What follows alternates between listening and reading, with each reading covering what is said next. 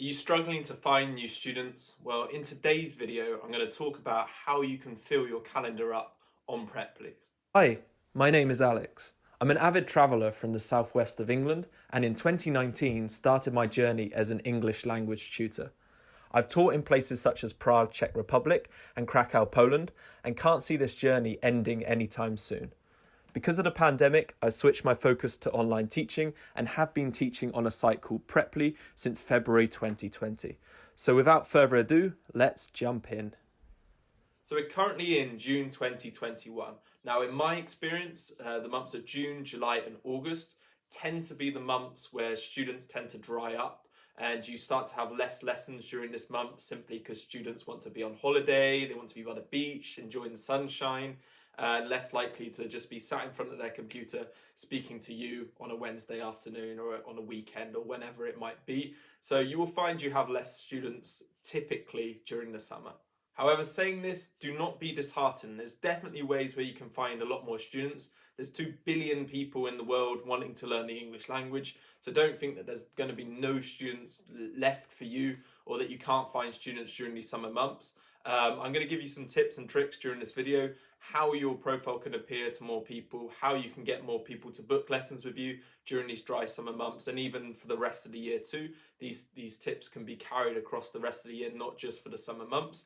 So let's get started. So the first thing you want to consider is your profile. It's the most essential thing when what students will see. They'll see your profile photo, they'll see your price, they'll see your reviews, they'll see your biography, they'll see a video of you. All of this sells you to the student. So really put a lot of time into this. When you sign up for the site, do not just put a video together quickly and say, right, I want to get into teaching as quickly as possible. I'll just write this and I'll just put a video like this. Really put effort into it. Edit the video if you can, like I will be doing with this video. Really put time into it. Really put time into your biography as well. Don't spend 10 minutes on it and think that will do and just upload it. It's going to be on your profile and you want it to stay there for as long as possible. You don't want to keep coming back to it and thinking, actually, I can make it a bit better to get more students and keep editing it. Not only does this take more time out of your day, but every time you edit your profile on Preply, Preply need to review it. And this can take several days for them to review your profile after you've edited it, to check that there's nothing rude in your profile, to check it's all legit. This could be a few extra days that you could be finding new students with this new profile. So make sure that you're really happy with it before you upload it the first time. You're happy with the video, happy with your photo, happy with your biography, because this is what's going to stay on your profile for the longest time, and it's really what the students want to interact with before booking lessons with you. So this is the most important part. Really put time into it. Okay, so another really important point about getting new students is how available you are and your availability. The good thing about teaching on Preply or any other site for that matter is you can be your own boss. You can set up your availability. If you want to start at 5 o'clock in the morning, you can. If you want to start at 12 p.m. at noon, you can. If you want to sleep in, it's absolutely fine. You've got all of this luxury to change it and you can be flexible like this. However, try and be as available as you can. This has a couple of benefits. One, Preply are much more likely to show your profile further up if you've got more availability. Obviously you're available to more students, so your profile will be shown more to them. So if you're just available, I don't know, 10 hours a week, for example, you're much less likely to be shown to students that want to be taught at certain times. Whereas if you're available every single day of the week at 12 hours each day, then you're much more likely to be shown to more students, and as a result, get more lessons booked through you. Another tip when it comes to availability is I'd really recommend at least having one weekend day free. I learned this the hard way. I went into it thinking, the weekend is the weekend, nobody works on Saturday and Sunday, I'm going to take these days off. But it was actually a big mistake. Now, since then, I only ever take Saturdays off. I work 6 days a week. I work Sunday, Monday, Tuesday, Wednesday, Thursday, Friday. And that Sunday is a crucial day for me. It's actually my busiest day because just think about it. Saturday and Sunday is when people have the most free time, right? They're not necessarily working as much on Saturday and Sunday. And as a result, they have free time to book an English class or to learn Spanish or to learn French or whatever you're teaching on the site. So, as a result, make sure you've got one of these, if you can, of course, make sure you have one of these weekend, at least one of them, if not two of these weekend days available, because in my experience, it's when most of the students will book a lesson in comparison to other times. Evenings are also important of the days because a lot of people will want to have lessons, in the evening after their work. But this again depends on your demographic of the student, because obviously the evening in China is different from the evening to Brazil, for example. So again, the weekends is a good solid point because pretty much everyone's experiencing the weekend at the same sort of time. So the third factor when getting new students, and quite an important one, is your price. Now, your price is something that's obviously personal to you. You can decide what you want. Again, you can decide whether you want to earn more through teaching lessons or want to earn less. Now, something I will really advise you to do, and often people are reluctant to do this, but I'll explain why it's important to do, is lower your price, especially if you've had an active profile for a long time and you're not getting many students, but your profile is really good, you can't see anything wrong with it. Your availability is decent. You're available on weekends. You're available most of the time during the day. Lower your price slightly. You might be reluctant to do this because you think, oh, I'm not going to be earning enough, or it's just too low for me. But hear me out. There's reasons why it's actually important to do this. So when I first started teaching on Preply, my price was super low. My price now is 3 times higher than what I first started teaching at. And when I first started teaching at this price, I was like, what am I doing? I'm not earning anything from this site. I'm earning peanuts. However, I was getting a lot of students this way. Something that to keep in mind is this doesn't have to be a permanent price. Don't see it as, oh, if I set my price this lower, I have to keep it like this because the students will be at this price. No, no, no, no. So what you can do with this price is, even after a few lessons with a student, or even after the trial lesson at the student, you have the option to change the price for the lesson, as long as you discuss it with the student first. You can even justify it as saying, hey, this low price is actually just my trial price, or this is just the price that I give for the first few lessons. After that, I increase it by $2, $3, however it might be. Some students might go, oh, I'm not going to pay that, it's too expensive, or something like that.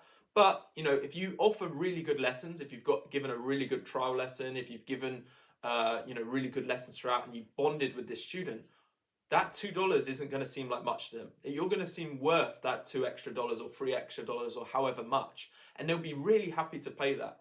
It's often quite awkward, and it's something that I've found really tricky to say to a student, hey, I actually really need to increase my price now. But once you've done it a few times, it actually seems really natural.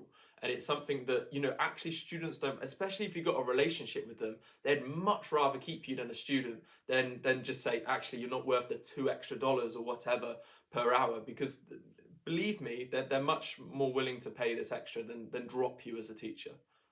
So in turn, this can mean that you can set your price lower and just know that this isn't a permanent price. Know that this isn't going to be your price you're going to stick at. And once you gain more reviews, once you've gained more experience, once you've gained more lessons on the site, and your profile becomes much more attractive, then obviously you can start to bounce your price up. And that's how I got to my price being 3 times higher than it was as I started. And again, just know it's not a permanent price and you'll be fine.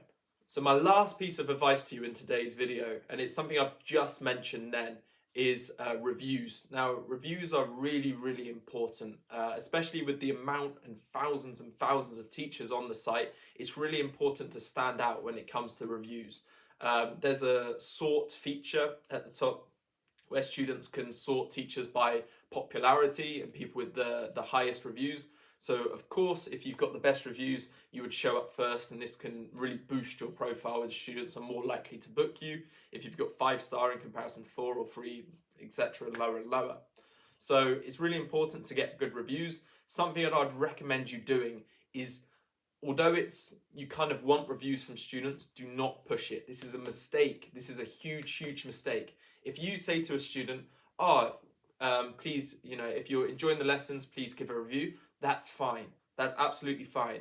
But if they don't do a review and then you go, come on, please give it a review. Oh, please, come on, you haven't given a review yet. Please, can you do it? It's less and less likely they're going to give you a really positive review.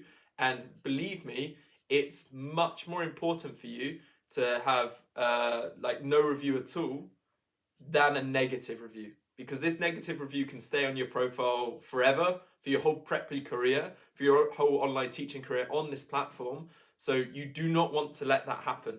Believe me, reviews can come over time, so don't focus too much on this one person getting the review. Believe me, I've had experience for this. I've got one not too great review that has really stopped my profile being a 5-star rating. All of my reviews are good apart from one that is just below, and it stops my profile being a 5-star rating. And I kick myself each time thinking, why did I sort of say, please review my profile, stuff like that, when I first started teaching. Do not do that. The reviews will come, believe me. Just don't push people to make reviews. Also, another big tip is only ask students to give reviews, or ask them that if they're enjoying the lessons to give reviews. If you know, or you've got a sense that they're really liking the classes, maybe they're booking a lot of hours with you, maybe they're thanking you at the end of each class, say, thank you, your lessons are so good, I'm really enjoying them. You can be like, oh, if you're really enjoying them, I really appreciate that. It would be good if you could give me a review, it would really help me out. They'd be like, oh, sure. Then, you're pretty much guaranteed then to get a 5-star review. Don't do it if your student seems bored during lessons, or, uneasy or whatever, because obviously you really need these good reviews. It's much more important to have no review at all in comparison to a bad review. Trust me on this one. Okay, so that wraps it up for another video. Thanks for watching. Thanks for all the support on the first video. I can't believe how well it did since it was my first video on the channel. Stick around. Feel free to subscribe if you're new here. I'll leave a link to my brand new Instagram account down below, which is Teacher Cookie. And yeah, feel free to message me with any questions on there if you've got any queries. I've been teaching on Preply for almost a year and a half now, so I know the platform inside and out. So, any questions, throw them my way. It's absolutely fine. And I'll speak to you in the next video.